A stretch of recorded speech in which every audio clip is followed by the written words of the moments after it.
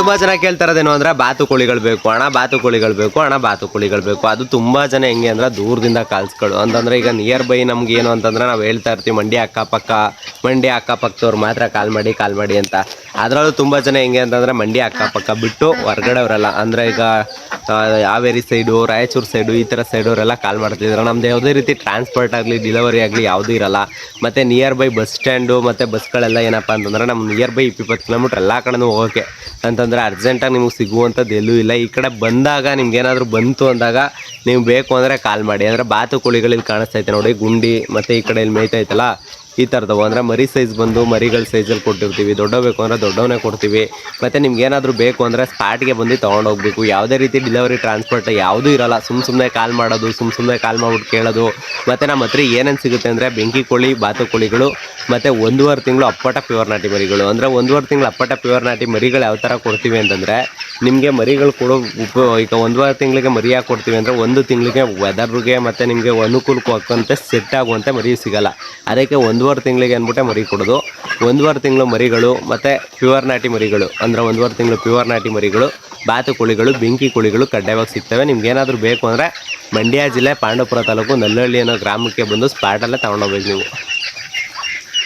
ಗಳಿಗೆ ಮದ್ಯಪಾನ ಹಾಕಿದ್ರೆ ಒಳ್ಳೇದಾ ಇಲ್ಲ ಕೆಟ್ಟದ ಅಂದರೆ ಈಗ ತುಂಬ ಜನ ಏನು ಅಂತಂದರೆ ನೆನ್ನೆ ಕಮೆಂಟ್ ಅಂತಂದರೆ ಈಗ ನೆನ್ನೆ ಒಂದು ಟೆಸ್ಟ್ ಬರ್ದು ಹಾಕಿದೆ ಫೇಸ್ಬುಕ್ಕಲ್ಲಿ. ಅಂದರೆ ಕೋಳಿಗಳಿಗೆ ಕೆಮ್ಮು ಅಥವಾ ನೆಗಡಿ ಈ ಥರ ಆಗ್ತಿದೆ ಏನು ಮಾಡಬೇಕು ಅಂತಂದರೆ ಈಗ ಡ್ರಿಂಕ್ಸ್ ಹಾಕ್ಬಿಡಿ ಮತ್ತು ಮದ್ಯಪಾನ ಹಾಕಿ ಮತ್ತು ಈ ಥರದ್ದೆಲ್ಲ ಹೇಳ್ತಾ ಇದ್ದೀರಾ. ಬಟ್ ಇದು ಮನುಷ್ಯರಿಗೆ ಸೇಫ್ ಅಲ್ಲ ಅಂದಮೇಲೆ ಪ್ರಾಣಿ ಪಕ್ಷಿಗಳು ತಡ್ಕೊಂತವ. ಮತ್ತು ಇದರಲ್ಲಿ ಏನಪ್ಪ ಅಂತಂದರೆ ಈಗ ಫೇಸ್ಬುಕ್ಕಲ್ಲೇ ಹುಡುಕಿ ಅಥವಾ ಇನ್ನೆಲ್ಲ ಒಂದು ಕಡೆ ಹುಡುಕಿ ಅಂತಂದರೆ ನಿಮ್ಗೆ ಅನ್ನಿಸ್ಬೋದು ಇವಾಗ ಆಗ್ತಾಯಿದ್ರೆ. ಮತ್ತು ಡ್ರಿಂಕ್ಸ್ ಹಾಕೋದ್ರಿಂದ ಏನೇನು ಪ್ರಾಬ್ಲಮ್ ಆಗುತ್ತೆ ಅಂದರೆ ಮದ್ಯಪಾನ ಹಾಕೋದ್ರಿಂದ ಏನೇನು ಪ್ರಾಬ್ಲಮ್ ಆಗುತ್ತೆ ಅಂತ ವಿಡಿಯೋದಲ್ಲಿ ಹೇಳ್ಬಿಡ್ತೀನಿ. ಕಂಪ್ಲೀಟಾಗಿ ವಿಡಿಯೋ ನೋಡ್ಕೊಳ್ರೆ ಅಂದರೆ ನಿಮಗೆ ಮೊಟ್ಟೆ ಉತ್ಪಾದನೆ ಅಂದರೆ ಈಗ ಮೊಟ್ಟೆಗಳು ಮೇಯ್ನಾಗಿ ಏನಪ್ಪ ಅಂತಂದರೆ ಮೊಟ್ಟೆ ಉತ್ಪಾದನೆ ಬರೋದಿಲ್ಲ. ಮತ್ತು ರೋಗ ನಿರೋಧಕ ಶಕ್ತಿ ತುಂಬ ಕಡಿಮೆ ಆಯಿತು ಅಂದರೆ ಕೋಳಿ ಉಳ್ಕೊಳ್ಳೋ ಚಾನ್ಸಸ್ಸೇ ತುಂಬ ಕಡಿಮೆ ಇರುತ್ತೆ.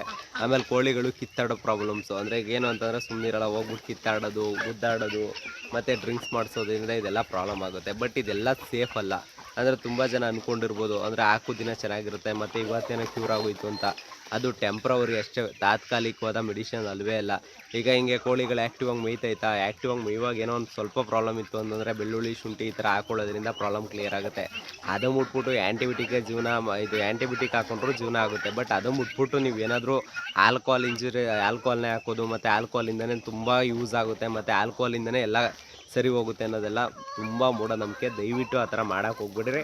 ಮತ್ತು ಏನಪ್ಪ ಅಂತಂದರೆ ಕೋಳಿಗಳು ಉಳ್ಕೊಳ್ಳೋ ಚಾನ್ಸಸ್ಸು ಇರೋಲ್ಲ ಮತ್ತು ಅದ್ರದ್ದು ವರ್ತನೆ ಕೂಡ ಸರಿ ಇರೋಲ್ಲ. ಮತ್ತು ಇನ್ನೊಂದೇನಪ್ಪ ಅಂತಂದರೆ ಮದ್ಯಪಾನದಿಂದ ತುಂಬ ಅಂದರೆ ತುಂಬ ಪ್ರಾಬ್ಲಮ್ ಆಗುತ್ತೆ. ಆಮೇಲೆ ನಿಮಗೆ ಕೋಳಿಗಳು ಲಾಸ್ ಆಯ್ತವೆ, ಸಾಯೋ ಚಾನ್ಸಸ್ಸು ಕೂಡ ಇದ್ದೇ ಇರುತ್ತೆ. ವಿಡಿಯೋದಲ್ಲಿ ನಿಮ್ಗೆ ಹೇಳ್ತಾರದೇನಪ್ಪ ಅಂತಂದರೆ ಮೊನ್ನೆ ಫೇಸ್ಬುಕ್ಕಲ್ಲಿ ಒಂದು ಟೆಸ್ಟ್ ಬರ್ದು ಹಾಕಿದ್ವಿ. ಕೋಳಿಗಳಿಗೆ ಉಸಿರಾಟದ ತೊಂದರೆ ಮತ್ತು ಒಂದು ಕೆಮ್ಮು ಮತ್ತು ಈ ಥರದ್ದು ಬಂದರೆ ಏನು ಮೆಡಿಸಿನ್ ಹಾಕ್ತೀರಾ ಮತ್ತು ಅದ್ರ ಬಗ್ಗೆ ಏನಾದರೂ ನಿಮ್ಮ ಮಾಹಿತಿ ಇದ್ದರೆ ಹೇಳಿ, ಮಾಹಿತಿ ಇದ್ದರೆ ವೀಡಿಯೋ ಮಾಡೋಣ ಅದ್ರ ಬಗ್ಗೆ ಅಂತ ತುಂಬ ಜನ ಕೇಳಿದೆ. ಯಾವ್ಯಾವ ಔಷಧಿ ಹಾಕ್ತೀರಾ, ಕೆಲವರು ಆ್ಯಂಟಿಬಯೋಟಿಕ್ ಹೇಳಿದ್ರೆ ಓಕೆ ನೀವು ಆ್ಯಂಟಿಬಯೋಟಿಕ್ ಯೂಸ್ ಮಾಡ್ತಾರದು ಹಾಕಿದ್ರೆ ತುಂಬ ಖುಷಿನೇ ನಮಗೂ. ಬಟ್ ಆ್ಯಂಟಿಬಯೋಟಿಕ್ ಯೂಸ್ ಮಾಡೋರಿಗೆ ನಾವು ಬೇಡ ಅಂತ ಹೇಳಲ್ಲ.